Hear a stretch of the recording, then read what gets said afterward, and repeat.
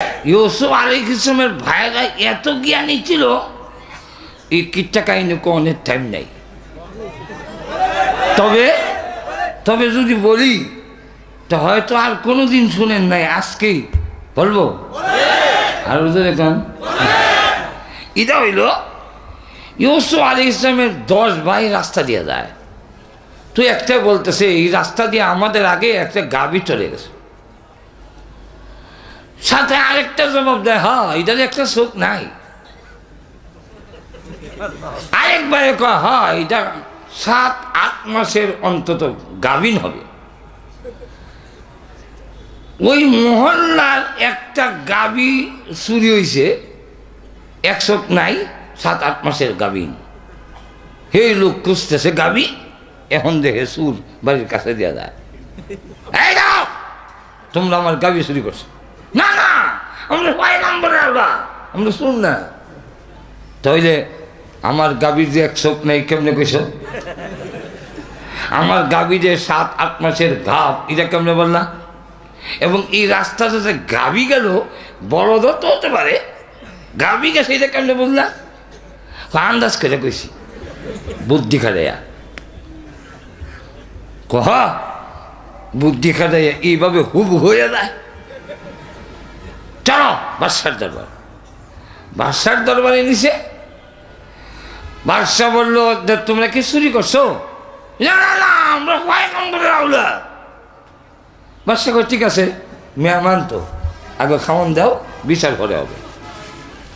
খাওয়ানো বৈশাল রুটি খায় আর কয় এই রুটি যেই মহিলা বানাইছে এই মহিলার মাসি কইতাছে।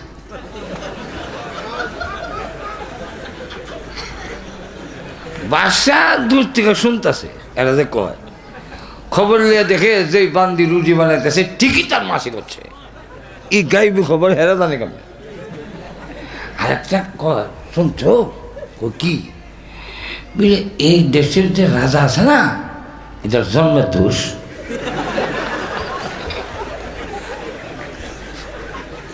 বাদশাও জানে তার জন্ম নিয়ে কিছু কথাবার্তা আছে। হ্যাঁ এগুলো গুলো কেন নাস্তার পরে কয় এগুলোর বিচার করে হবে, আগে এটাই শেষ করো। মাদের এখন ঠিক না বলবো না, অসুবিধা হইতেছে? হ্যাঁ আমি আপনাদের সামনে এসে ওয়াজ করব, এই কথা আমারও ধারণা কোনোদিন ছিল না, ডাক্তাররাও বলে নাই। আমেরিকান ডাক্তার, বাংলাদেশের না, আমেরিকার ডাক্তাররা বলছে বেঁচে থাকলেও শুধু ছায়া থাকতে হবে, ওয়াজ হবে না।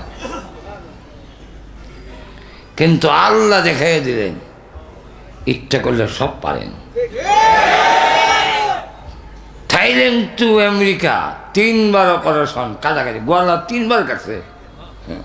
এই দিকটা আপনি যাব হাও কাটলো, বুক কাটলো, 80টা রেডিয়েশন থেরাপি একটা বডি দেওয়ার পরে এই বডি চলে না। 80টা দিছে, 80টা। 10টা কেমোথেরাপি, একটা কেমোর দাম নিছে 15 লক্ষ টাকা। এখন বুঝেন কি দিছে আল্লাহ। এরপরে কথা বলার সুযোগ করে দিচ্ছেন, সবাই জোরে সোরে বলেন আলহামদুলিল্লাহ। অসুবিধা হলে আমি শেষ করে দিব, অসুবিধা হইতেছে? তাহলে বললো আচ্ছা বলো তো দেখি রুটি যে বানায় ওর যে মেন সুইটা সেটা তোমরা বললে কিভাবে? আন্দাজ করে কই কি আন্দাজ করে? রুটিটা যে বানায় প্রত্যেকটা রুটির মাছ জায়গাটা কাঁচা থেকে যায়, সিদ্ধ হয় না। এতে বোঝা গেল যিনি রুটি বানাচ্ছেন তার কোনো না কোনো একটা সমস্যা আছে।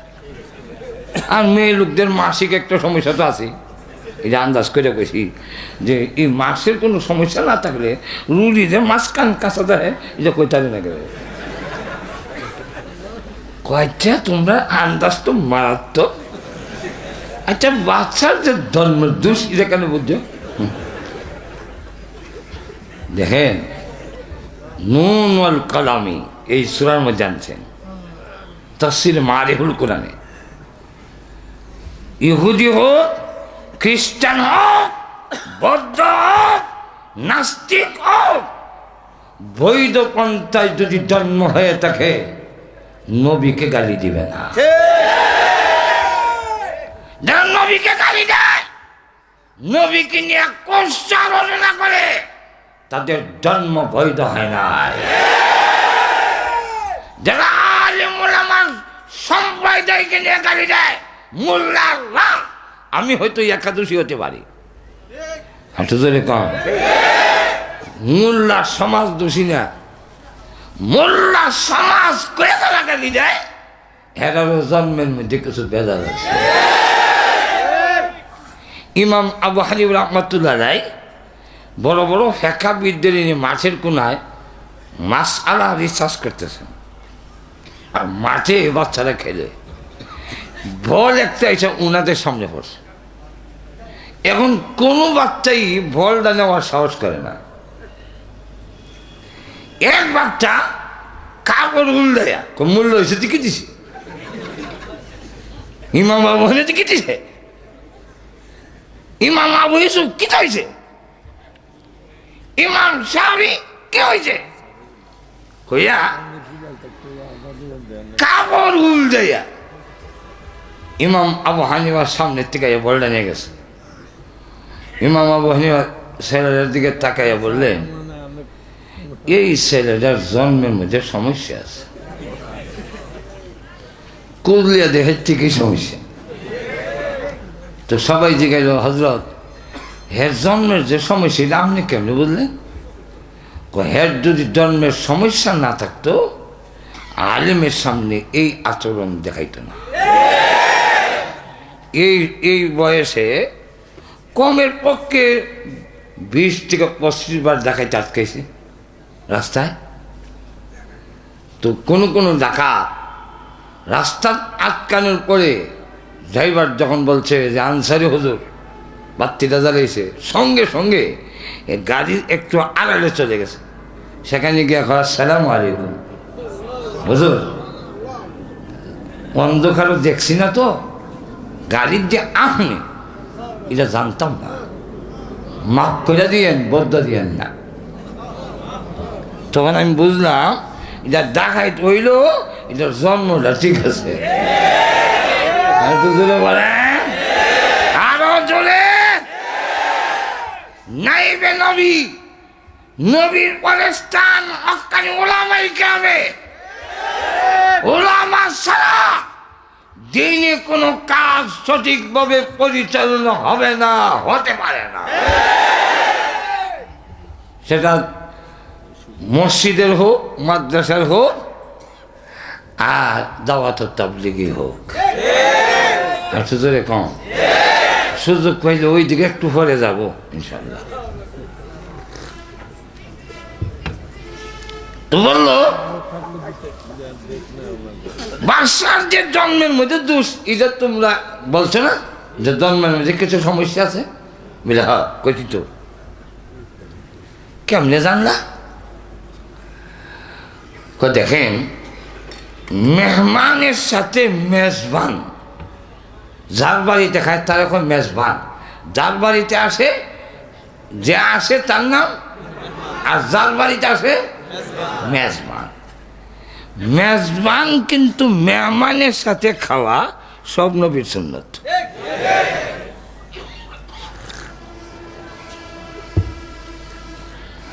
বাদশা আমাদেরকে নাস্তা দিয়া দূরে বয়ে থাকে, আমরা কাছে আই না, এতে বুঝছি জন্মের কোনো সমস্যা নাই রে, এরকম করতে পারে না। ওই বাপ রে বাপ, তোরা আন্দাজ তো মারাত্মক দি। আচ্ছা এইবার গায়ের কিচ্ছা বলবো। তো গাভী এই দিক দিয়ে গেছে কি করে বুঝলে? এদিকে তো বলদ হতে পারে না, ঘাস খাওয়া দেখে আমরা বুঝছি এটা বলদ না, এটা গাই। কেন? বলদ যদি ঘাস খায় কামড় দিয়ে একবারে নিচে নিয়ে যায়, আর গাভী যদি ঘাস খায় তো ঘাসের শুধু আগা মাথা খায়। যেহেতু ঘাসের মাথা খাইয়া খাইয়া গেছে, এতে বুঝছি এটা বলদ নয়, এটা গাভী। আচ্ছা, এটার যে এক চোখ নাই কেমনে কইস?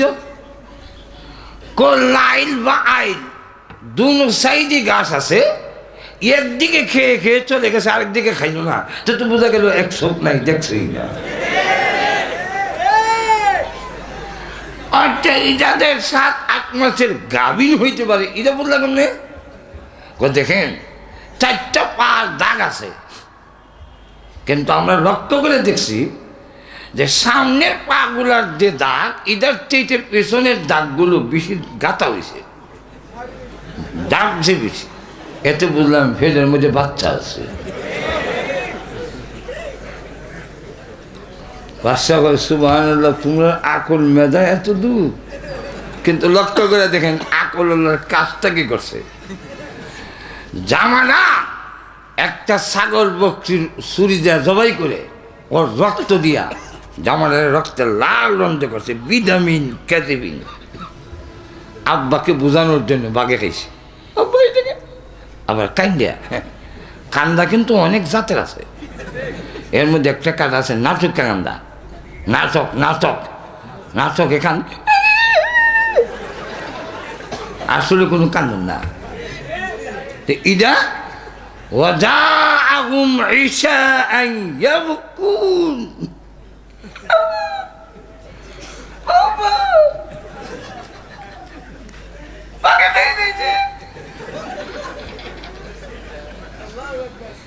ইয়াকুব আলাইহিস সালাম জামাটা এইভাবে ধরে বলতেছেন, কেমন শিকারি বাঘে খাইলে রে, আমার ইউসুফের ভিতর থেকে খাইলি, জামাটা যে ছিললি না।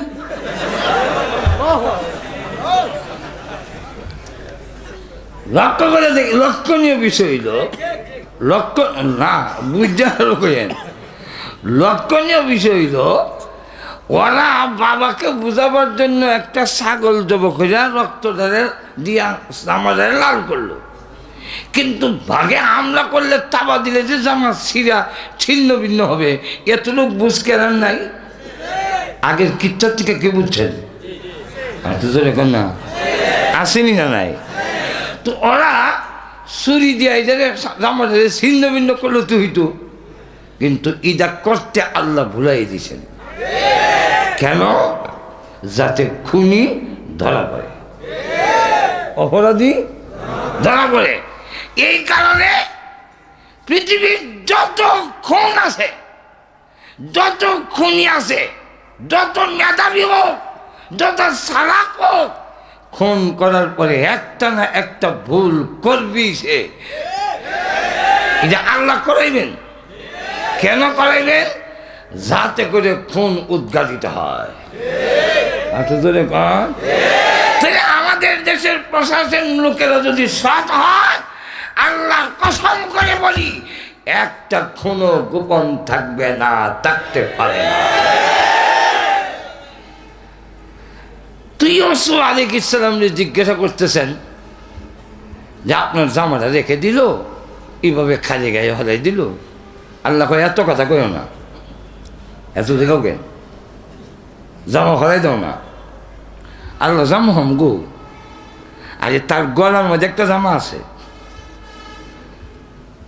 গলার লটকানো একটা জামা আছে। তাফসীরে মাযহারিতে আল্লামা সানাউল্লাহ হানিফুতি রহমতুল্লাহ লেখেন, ইউসুফ আলাইহিস সালামের গলার মধ্যে তাবিজের মতো একটা লটকানো। আল্লাহ বলতেছেন, জিবরাইল ইদার ভিতরে একটা পাঞ্জাবি আছে। আরো আসতে করেন সুবহানাল্লাহ, বের করো বের করো। আল্লাহ এখানে পাঞ্জাবি করতে দেখোস না, আল্লাহ টান দিছে পরে দেখে পাঞ্জাবি খালি লম্বা হয় লম্বা হয় লম্বা হয় লম্বা হয় লম্বা হয়। এই পাঞ্জাবি করতে গাইল বলে এটা জান্নাতি পাঞ্জাবি। তো জান্নাতি পাঞ্জাবি কেন গেল কেমনে বলবো? বলবো না, বদলটা মিলে। তাহলে এটা শুনেন, ইব্রাহিম আলাইহিস সালামকে নমরুদ যখন ওনাকে উলঙ্গ করে ফেললো, আগুনে ফেলে দিবে, তখন ইব্রাহিম নবী কাঁদতে লাগলেন, আল্লাহ আগুনে নিক্ষিপ্ত হব এটা আমি 1000 বার রাজি, কিন্তু বাবা মার সামনে পয়গম্বররা সবচেয়ে লাজুক, আমাকে উলঙ্গ করবে, আল্লাহ এটা বড় আমার কাছে কষ্টকর। আল্লাহ বলেন, জিবরাইল জান্নাত থেকে পোশাক নিয়ে ইব্রাহিম নবীর হরাই দাও। ইব্রাহিম নবী আগুনে ঝাঁপ দেওয়ার আগে ওই জান্নাতি পোশাক পরে আগুনের ভিতরে ছিলেন, যার হলে এটা হয় ফায়ার প্রুফ, ওয়াটার প্রুফ নয়, ফায়ার প্রুফ, বুলেট প্রুফ নয়, ফায়ার প্রুফ, আগুন ভিতরে ঢুকে না। উনি 40 দিন আগুনের ভিতরে রইলেন। থাকার পরে এই জামাটা পরবর্তীতে ওনার ছেলে ইসহাক পাইল, ইসহাক আলাইহিস সালামের পরে ওনার ছেলে ইয়াকুব পাইল।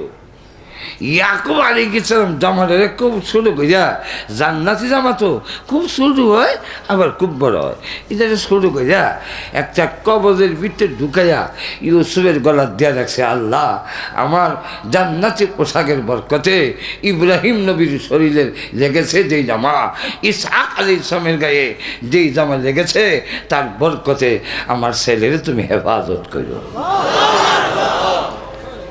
আল্লাহ তাই ডাক দিয়ে বলেন, এই জামাটা বের করে হরাই দাও। আর তো জিবরাইল কলাম